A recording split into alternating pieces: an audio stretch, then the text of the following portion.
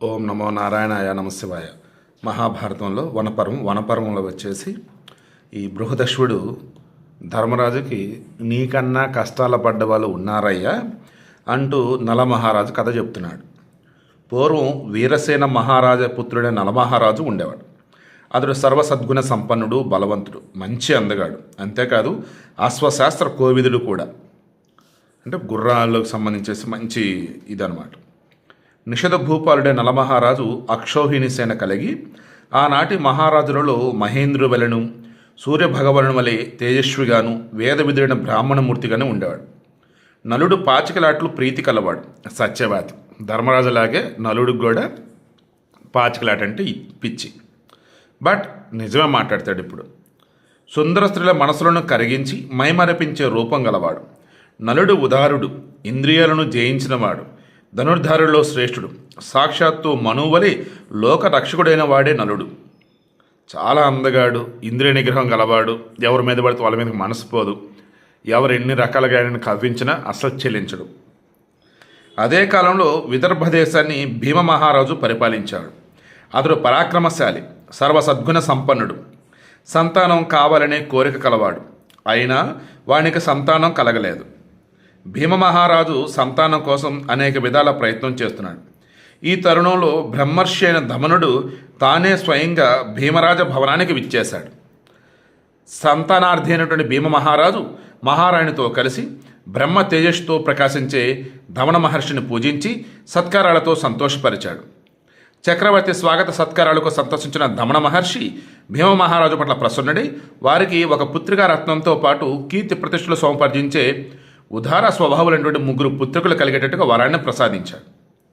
భీమ మహారాజు దంపతులకు దమన మహర్షి వర ప్రభావంతో ఒక కూతురు, 3 కుమారులు కలిగారు. పుత్రికు దమయంతిని, కొడుకులకు వరుసగా దమ్ముడు, దాంతుడు, దమనుడు అని చెప్పేసి పేర్లు పెట్టాడు. వారు భీమ పరాక్రమములు. దమయంతి రూపతేజో యశో సౌభాగ్య సంపదలతో తొలతొగుతూ లోకంలో కీర్తి పొందింది. యుక్త వయసు రాగానే దమయంతి సర్వాలంకార శోభితే 100 మంది దాసదాసీ జనం చేత, 100లాది సఖీ జనం చేత సేవలు చేయించుకుంటూ శచీదేవలి శోభిస్తుంది. సర్వాభరణ భూషితమైనటువంటి దమయంతి సకుల మధ్య మెరుపు తీగ వలె శోభిస్తోంది. దమయంతి మహాలక్ష్మి వలె విశాల నేత్రాలతో అసాధారణ రూప సంపద కలిగి ఉంది. అంతటి రూపవతి దేవతలలోనూ యక్షులలోనూ లేదనే చెప్పాలి. మానవ కాంతలలో ఇంతటి సౌందర్యవతిని ఇతర పూర్వం చూడలేదు, కనీసం వినలేదు కూడా. ఈమె సౌందర్య సంపద దేవతల మనసులను కూడా సంతోషపరిచేది. మానవ శ్రేష్ఠ నలమహారాజు కూడా తన లోకోత్తర సౌందర్యంతో సాక్షాత్తు మదనుడనే శరీరాన్ని ధరించి వచ్చినట్లుగా ఉన్నాడు. దమయంతి చెంత సకులు కుతూహలంతో నలుని ప్రశంసించారు. అదేవిధంగా నలుని చెంత దమయంతి సౌందర్య అతిశయాన్ని కూడా పదే ప్రశంసించేవారు. ఒకరి గుణాలను మరొకరు వినటం వలన వారి వారి మనసులలో ఒకరి యందు మరొకరికి ప్రేమ అంకురించింది. పరస్పరం పుట్టిన ఆ ప్రేమ క్రమక్రమంగా వృద్ధి పొందింది. నలమహారాజు తన మనసులో పుట్టిన కోరికను భరింపలేక తన అంతఃపురానికి సమీపంలో ఉన్న ఉద్యానవనంలో కొంత సమయం గడపడానికి అక్కడికి వెళ్ళాడు. ఆ సమయంలో తన ఉద్యానవనంలో సంచరిస్తున్న బంగారు హంసలను చూశాడు, ముచ్చటపడ్డాడు. వాటిలో ఒక హంసను పట్టుకున్నాడు. ఆ హంస నలమహారాజుతో, రాజా, నన్ను చంపకు, నేను నీకు ప్రియం చేస్తానని పలికింది. నిషధరాజా, దమయంతు నీ గురించి వివరిస్తాను. దమయంతు నిన్ను తప్ప మరొక పురుషుని ఎవరిని కోరుకున్నట్లు నీ గురించి చక్కగా దమయంతుకు చెబుతాను. ఇలా చెప్పగానే నలమహారాజు హంసను విడిచేశాడు. ఆ హంస మిగిలిన హంసల ఆకాశ మార్గాన పయనించి విదర్భ దేశానికి వెళ్ళాయి.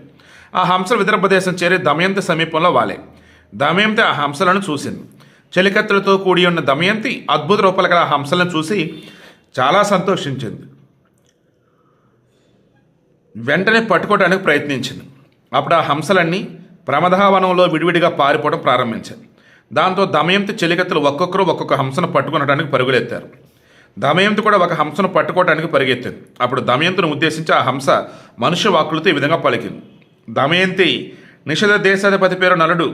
ఆ నల చక్రవర్తి అశ్విని దేవతల వంటి చక్కని రూపం కలవాడు. అంత రూప సంపద మానవుల్లో మరెవరికీ లేదు. సుందరి దమయంతి మన్మధుడే స్వయంగా నలుని రూపంలో అవతరించాడు. ఆ నల మహారాజునకు నీవు భార్యవైతే నీ జన్మ, నీ రూప సంపద సఫలమైనట్లే. మేము దేవతలను, గంధర్వులను, మానవులను, నాగజాతి వారిని, రాక్షసులను కూడా చూశాము, కానీ నలుని అంత అందగాడు ఇంతవరకు మాకు కనిపించలేదు. నీవు స్త్రీలలో రత్నమైతే అతడు పురుషులలో శ్రేష్ఠుడు. విశిష్ట గుణ సంపన్నుల కలయిక మహోన్నత గుణ భూయిష్టమవుతుంది. నలుని గురించి హంస చెప్పినవన్నీ విన్నటువంటి దమయంతి నలునితో కూడా ఈ విధంగానే చెప్పమని కోరింది. అదేవిధంగా చేస్తానని పలికి హంస నిషితకు తిరిగి వచ్చి నలునికి దమయంతి గురించిన సర్వ విషయాలు కూడా నివేదించింది. ఆ తర్వాత ఏమైంది రేపు డిస్కస్ చేద్దాం.